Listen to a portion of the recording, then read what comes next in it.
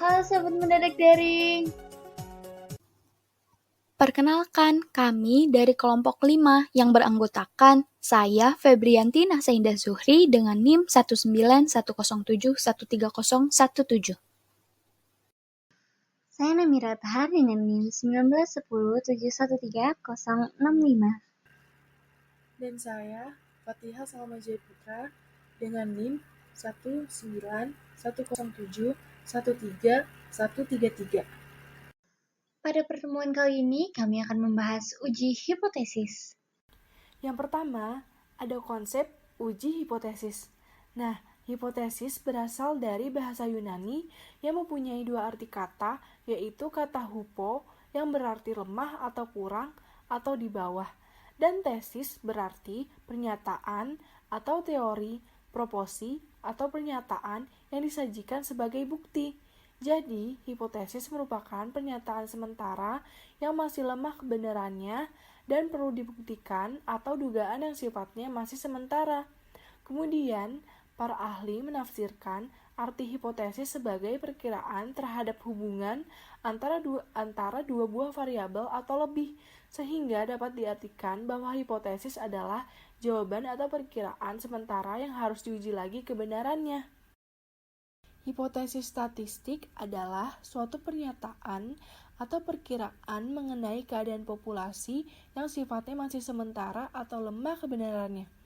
Hipotesis statistik dapat berbentuk suatu variabel seperti binomial, Poisson, dan normal, atau nilai dari suatu parameter seperti rata-rata, varian, simpangan baku, dan proporsi. Hipotesis statistik akan diterima jika hasil pengujian membenarkan pernyataannya dan akan ditolak jika terjadi penyangkalan-penyanggahan dari pernyataan tersebut.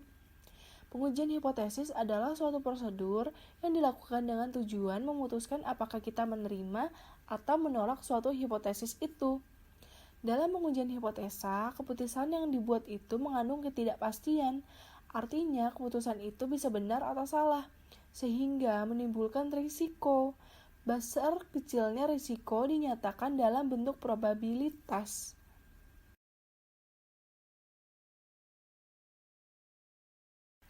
Selanjutnya, ada hipotesis nol dan alternatif serta kaitannya dengan hipotesis penelitian. Nah, hipotesis merupakan suatu pernyataan bahwa dugaan terhadap sesuatu adalah benar. Sebagai contoh, misalkan kamu diundang menghadiri suatu pesta ulang tahun dari seseorang yang belum kamu kenal. Nah, teman kamu menyatakan bahwa kita akan bersenang-senang di pesta itu. Tetapi, kamu dapat saja berpendapat bahwa pesta itu akan membosankan. Kedua pernyataan tersebut merupakan hipotesis.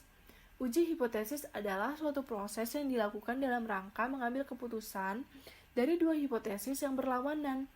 Kedua hipotesis tersebut dirumuskan sedemikian rupa, sehingga masing-masing hipotesis merupakan negasi dari hipotesis yang lainnya. Dengan kata lain, rumusan hipotesis mengakibatkan salah satu akan selalu bernilai benar, dan hipotesis lainnya akan selalu bernilai salah. Kedua hipotesis tersebut dinamakan hipotesis nol dan hipotesis alternatif. Nah, yang pertama ada hipotesis nol. Hipotesis nol atau H0 yaitu hipotesis yang akan diuji. Nah, biasanya hipotesis ini merupakan pernyataan yang menunjukkan bahwa suatu parameter populasi memiliki nilai tertentu. Hipotesis nol biasa dinyatakan dengan kata-kata tidak ada perbedaan. Sebagai contoh, pada hipotesis nol adalah seperti tidak ada hubungan antara frekuensi merokok dengan BBL dan tidak ada perbedaan BBL antara ibu merokok dengan ibu tidak merokok. Lalu, ada hipotesis alternatif atau H1. Nah, ini adalah pernyataan yang sama dengan parameter populasi yang sama dengan yang digunakan dalam hipotesis nol. Biasanya, hipotesis ini merupakan pernyataan yang menyatakan bahwa parameter populasi tersebut memiliki nilai yang berbeda dari pernyataan yang telah disebutkan dalam hipotesis nol.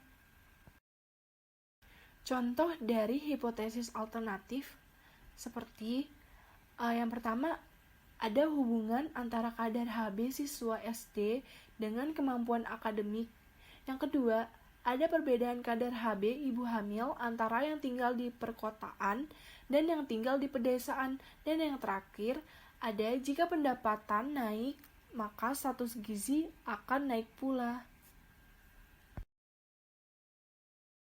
Pada pembahasan selanjutnya adalah langkah-langkah uji hipotesis. Hipotesis merupakan pernyataan yang kebenarannya masih lemah.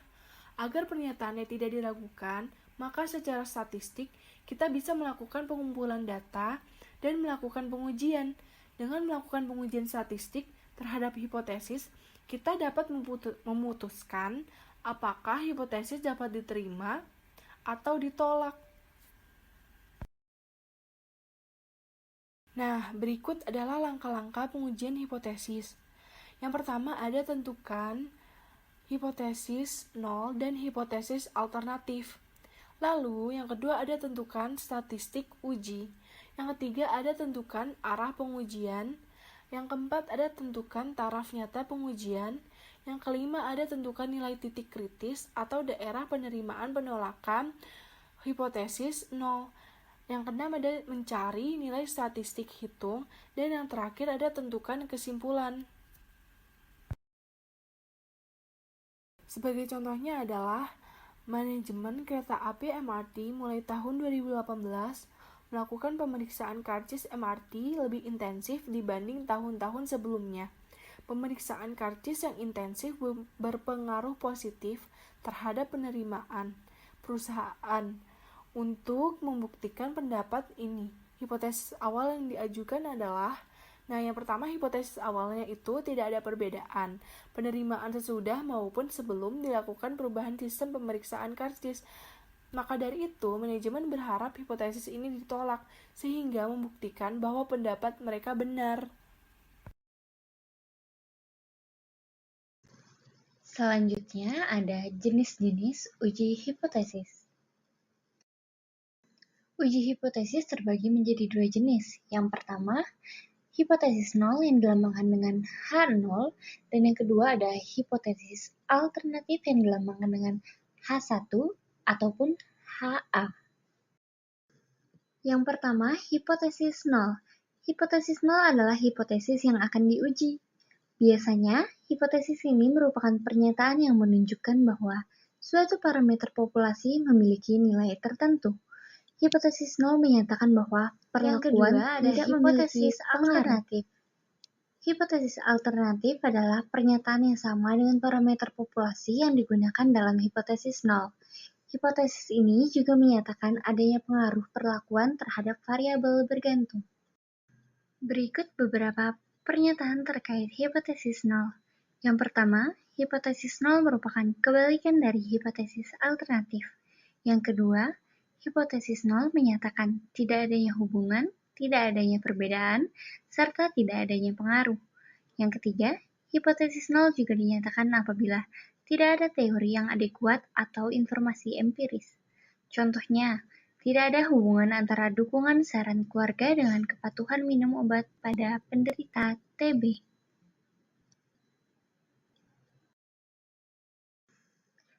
Beberapa pernyataan terkait hipotesis alternatif. Yang pertama, hipotesis alternatif atau hipotesa kerja ini merupakan kebalikan dari hipotesis 0. Yang kedua, hipotesis ini menyatakan adanya hubungan, adanya perbedaan, ataupun adanya pengaruh dari dua atau lebih variabel.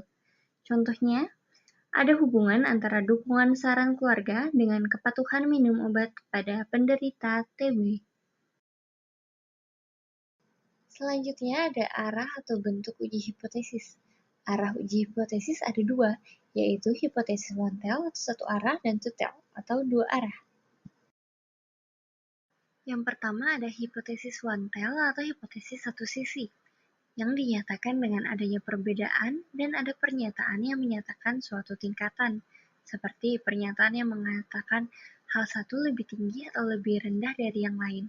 Contohnya, tekanan darah orang yang merokok lebih tinggi dibandingkan dengan orang yang tidak merokok. Berikut contoh penelitian dari hipotesis satu sisi. Seorang peneliti akan meneliti tentang rata-rata HB ibu hamil di desa X. Peneliti menetapkan sebuah hipotesis, yaitu HB ibu hamil di desa X tersebut lebih dari 11 gram per 1 desiliter.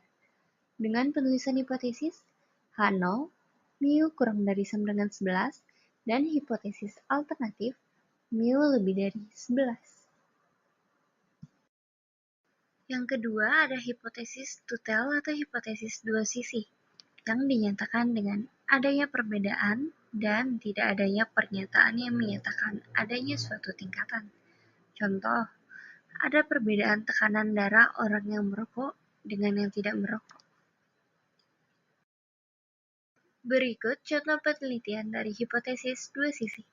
Seorang peneliti akan melakukan penelitian tentang mean HB ibu hamil di desa X. Peneliti menetapkan sebuah hipotesis, HB ibu hamil di desa X tidak sama dengan 11 gram per 1 desiliter. Dengan penulisan hipotesis, H0, mu sama dengan 11, dan hipotesis alternatif, mu tidak sama dengan 11. Baik, yang selanjutnya yaitu kesalahan dalam pengambilan keputusan. Kesalahan dalam pengambilan keputusan untuk menolak atau menerima hipotesis didasarkan pada suatu asumsi bahwa dalam ilmu pengetahuan apapun tidak ada kebenaran yang mutlak. Dalam pengujian hipotesis, kita selalu dihadapkan suatu kesalahan pengambilan keputusan. Ada dua jenis kesalahan pengambilan keputusan, yaitu kesalahan tipe alfa dan kesalahan tipe beta. Kesalahan yang pertama ialah kesalahan tipe 1 atau alfa. Kesalahan tipe 1 atau alfa merupakan kesalahan menolak H0 padahal sesungguhnya H0 benar. Artinya, menyimpulkan adanya perbedaan padahal sesungguhnya tidak ada perbedaan. Peluang kesalahan tipe 1 sering disebut tingkat signifikansi. Sebaliknya, peluang untuk tidak membuat kesalahan tipe 1 adalah sebesar 1 min alfa, yang disebut dengan tingkat kepercayaan. Kesalahan yang kedua yaitu kesalahan tipe 2 atau tipe beta. Kesalahan tipe 2 merupakan kesalahan tidak menolak H0, padahal sesungguhnya H0 salah. Artinya, menyimpulkan tidak ada perbedaan padahal sesungguhnya ada perbedaan. Peluang untuk membuat kesalahan tipe 2 sebesar beta. Sedangkan peluang untuk tidak membuat kesalahan tipe 2 adalah sebesar 1 min beta, yang dikenal sebagai tingkat kekuatan uji. Berikut merupakan hubungan antara kesalahan tipe 1 dan kesalahan tipe 2. Dari tabel ini dapat kita ambil 4 poin yang menjelaskan mengenai hubungan tersebut. Poin yang pertama yaitu keputusan menerima hipotesis 0 yang benar berarti tidak membuat kesalahan. Poin yang kedua, keputusan menerima hipotesis 0 yang salah berarti terjadi kesalahan tipe 2. Poin yang ketiga, keputusan menolak hipotesis 0 yang benar berarti terjadi kesalahan tipe 1. Serta poin yang terakhir, keputusan menolak hipotesis 0 yang salah berarti tidak membuat kesalahan. Tingkat kesalahan ini kemudian disebut level of significance atau tingkat signifikansi. Dalam prakteknya, tingkat signifikansi telah ditetapkan oleh peneliti terlebih dahulu sebelum hipotesis diuji. Tingkat signifikansi atau yang sering disebut dengan nilai alfa merupakan nilai yang menunjukkan besarnya peluang salah dalam menolak hipotesis 0. Nilai alfa dapat diartikan pula sebagai batas maksimal kita salah menyatakan adanya perbedaan. Penentuan nilai alfa tergantung dari tujuan dan kondisi penelitian. Nilai alfa yang sering digunakan adalah 10%, 5%, atau 1%. Pada bidang kesehatan masyarakat, biasanya digunakan nilai alfa sebesar 5%. Sedangkan dalam pengujian obat-obatan digunakan batas toleransi kesalahan yang lebih kecil, misalnya 1%, karena mengandung risiko yang fatal. Maka dari itu, dalam hasil keputusan, bila nilai perhitungan uji statistik lebih besar dibandingkan nilai yang berasal dari tabel, maka keputusannya H0 ditolak. Yang berarti ada perbedaan kejadian mean atau proporsi yang signifikan antara kelompok data satu dengan kelompok data yang lain. Sedangkan, bila nilai perhitungan uji statistik lebih kecil dibandingkan nilai yang berasal dari tabel, maka keputusannya adalah H0 gagal ditolak. Artinya, tidak ada perbedaan kejadian min atau proporsi antara kelompok data satu dengan kelompok data yang lain. Perbedaan yang ada hanya akibat dari faktor kebetulan atau by chance. Keputusan uji statistik dapat dicari dengan dua pendekatan, yaitu pendekatan yang pertama ialah pendekatan klasik. Pendekatan klasik bertujuan untuk memutuskan apakah H0 ditolak maupun gagal ditolak. Dapat digunakan dengan cara membandingkan nilai perhitungan uji statistik dengan nilai pada tabel. Nilai tabel yang dilihat sesuai dengan jenis distribusi uji yang akan kita lakukan. Uji Z, maka nilai tabel yang dilihat dari tabel Z. Uji T, maka nilai tabel yang dilihat dari tabel T. Setelah kita dapat nilai perhitungan uji Z atau T, kemudian kita bandingkan angka yang ada pada tabel T. Besarnya nilai tabel sangat tergantung dari nilai alfa yang digunakan, menggunakan uji one-tail atau uji two-tail. Contohnya, statistik uji Z yang dihitung sama dengan 2,5 pada alfa 0,05 dan dengan uji dua arah atau two-tail. Nilai Z pada tabel yaitu minus 1,96 sampai dengan 1,96 merupakan daerah H0. Karena Z yang dihitung lebih dari Z pada tabel, yaitu 2,5 lebih dari 1,96, maka H0 ditolak. Pendekatan yang kedua yaitu pendekatan probabilistik. Pendekatan probabilistik dapat dilakukan menggunakan aplikasi seperti EpiInfo, SPSS, SAS, Stata, dan lain sebagainya. Setiap kita melakukan uji statistik melalui program komputer, maka akan ditampilkan nilai P atau P-value. Dengan nilai P ini, kita dapat menggunakan untuk keputusan uji statistik dengan cara membandingkan nilai P dengan nilai alfa. Dalam hal ini, berlaku dua ketentuan. Ketentuan yang pertama ialah, bila nilai P lebih kecil sama dengan dari nilai alfa, maka keputusannya adalah H0 ditolak. Ketentuan yang kedua, bila nilai P lebih besar dari nilai alfa, maka keputusannya adalah H0 gagal ditolak. Contohnya yaitu nilai P sama dengan 0,001, sedangkan nilai alfa yaitu 0,05. Menggunakan uji dua arah atau two-side. Karena nilai P lebih kecil dari nilai alfa, keputusannya adalah H0 ditolak. Arti relatif nilai P sama dengan 0,001 adalah besarnya nilai probabilitas kita menerima pernyataan H0. Misalnya, bila ada 1.000 orang, probabilitas menerima pernyataan H0 tersebut adalah 0,00 atau ada 1 orang dari 1.000 orang yang menerima pernyataan H0 tersebut. Selanjutnya ialah error tipe 1 dan 2 serta p-value. Error atau kekeliruan tipe 1 yaitu kekeliruan dalam menolak hipotesis 0 ketika hipotesis dimaksud ternyata benar. Probabilitas untuk melakukan kekeliruan tipe ini adalah sama dengan tingkat signifikansi dari uji yang sudah dilakukan. Error atau kekeliruan tipe 2 yaitu kekeliruan dalam kegagalan menolak hipotesis 0 ketika hipotesis yang dimaksud ternyata salah, yakni ketika hipotesis alternatif atau H1 ternyata benar. Probabilitas untuk membuat kekeliruan tipe ini dilambangkan dengan beta. Nilai spesifik akan bergantung kepada nilai alternatif di mana parameter diasumsikan berada di bawah H1 ketika H0 ternyata salah. Dengan demikian, tidak lain adalah fungsi dari parameter. Selanjutnya yaitu nilai P dari suatu pengujian. Nilai P dari suatu pengujian merupakan nilai yang menunjukkan besarnya peluang salah menolak H0 dari data penelitian. Bila besarnya peluang hasil penelitian terjadi karena faktor kebetulan, harapannya nilai P sekecil mungkin. Kita yakin bahwa adanya perbedaan pada hasil penelitian menunjukkan pula adanya perbedaan di populasi. Dengan kata lain, Kalau nilai P-nya kecil, maka perbedaan yang ada pada penelitian terjadi bukan karena faktor kebetulan. Probabilitas dalam mengobservasi nilai dari suatu uji statistik yang paling tidak sama ekstrimnya dengan nilai dari suatu uji statistik yang diambil dari data sampel. Dengan asumsi bahwa hipotesis 0 ternyata benar.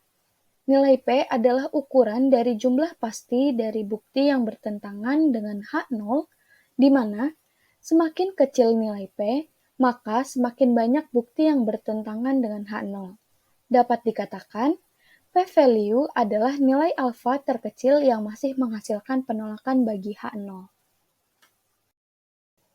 Sekian pemaparan dari kelompok kami. Jalan-jalan ke Balikpapan. Di tengah jalan membawa nampan. Terima kasih sudah menyaksikan. Sampai berjumpa di lain kesempatan. Dadah Sobat Mendadak.